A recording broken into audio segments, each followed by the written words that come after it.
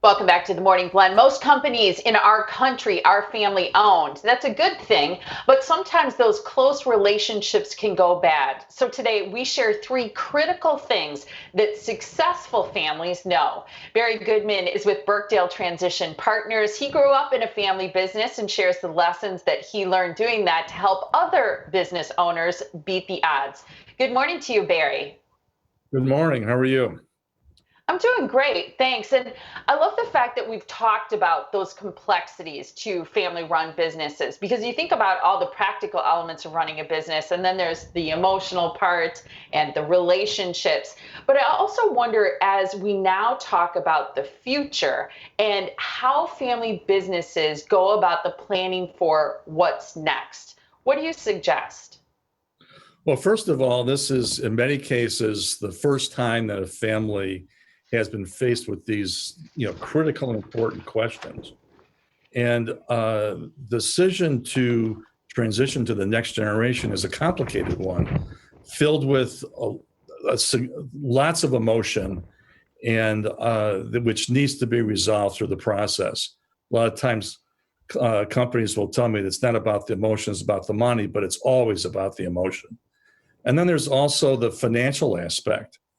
Whatever is next for them, whether it's a transition to the next generation or a sale, there needs to be enough cash flow and predictable cash flow to be able to support the generation that is leaving the business through retirement.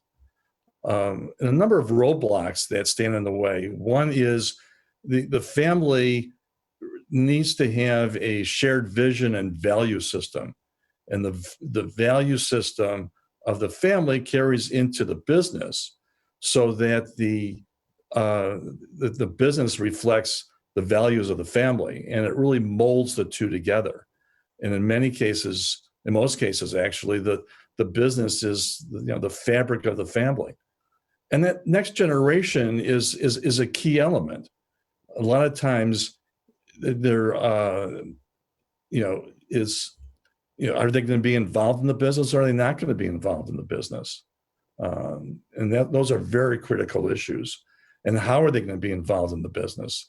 What are the requirements for them to get involved in the business? And the patriarch not wanting to leave because they don't have something else to do with their life. The business is their very nature, and that's who they are. And addressing conflict which is known and unknown.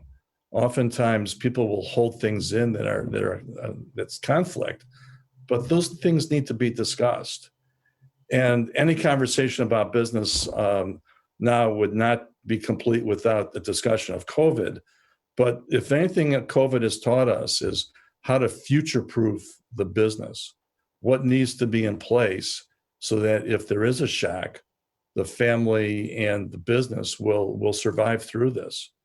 And this takes place not at the time of the transition, but it takes place over a period of time, and usually that's a number of years that need to be considered in this. I love that you talk about future proofing a business, and you say those three key elements that are critical to a family business success is what you mentioned, that shared vision, then professionalizing a business, and then also the governance component. So putting, it sounds, something formal and structured in place as you look to the future and as you possibly have to pivot and even potentially develop many businesses, not maybe the original plan. Well, that's true. And the alignment of the vision and the value system helps through that process. And those three elements that you mentioned, the alignment of, they're very common in multi-generational businesses that I've studied. The alignment of the value system between the family and the business, professionalizing the business, not being afraid to bring in non-family members into the business, which is very critical. And also the governance. And governance is oftentimes informal in the beginning, but as the generations go by and as the years go by, that governance needs to be formalized both in the business through a board of directors and with the family. In the beginning, when it's just an entrepreneurial business and there's one owner, the governance is done around the breakfast table. But as things start moving into other generations, there's formalization of governance between the business and the family.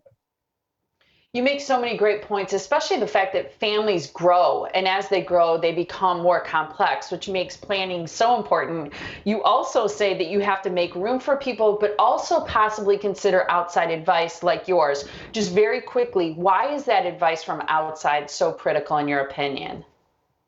Because it gives them an independent perspective on really what is going on in the family.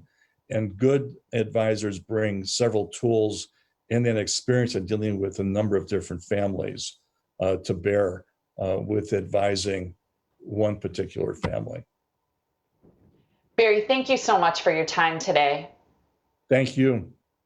Absolutely. Your experience in being raised in a family business, I think would be key for your clients. And for more information or to contact Barry for advice, you can go to this website. It's birkdaletransition.com.